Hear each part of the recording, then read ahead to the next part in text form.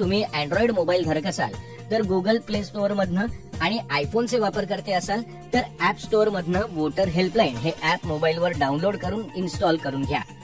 App सुरू केलं की ऍपचा वापर आणि नियमनाविषयी तुमची मान्यता विचारली जाईल, ती द्या।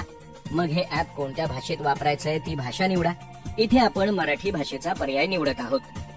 यानंतर तुम्ही ऍपच्या मुख्य पानावर येता।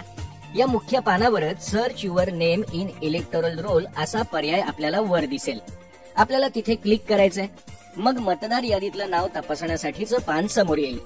इथून तुम्हाला मतदार ओळखपत्रावरचा बारकोड स्कॅन करून, QR कोडचा वापर करून, आपल्या नावाशी संबंधित तपशिलाचा वापर करून किंवा प्रत्यक्ष मतदार ओळखपत्र क्रमांकाचा वापर करून मतदार यादीतलं आपलं नाव तपासण्याचे पर्याय दिसतील।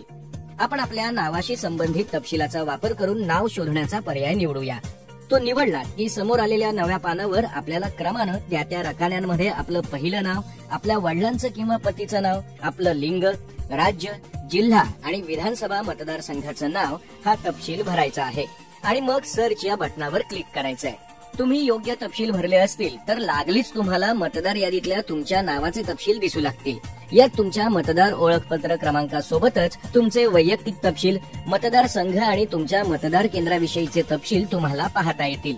अशाच रीतीनं तुम्ही मतदार ओळखपत्र क्रमांकाच्या आधारेही मतदार यादीतलं आपलं नाव शोधू शकता। महत्वाचं म्हणजे विविध पर्यायांचा वापर करून हे तपशील शेअर करण्याचा आणि डाउनलोड करण्याचा पर्याय देखील इथे उपलब्ध आहे। तेव्हा वेळ घालवू नका आणि मतदार यादीत आपलं नाव शोधण्यासाठी वोटर हेल्पलाईन या मोबाईल ऍपला लागलीच भेट द्या।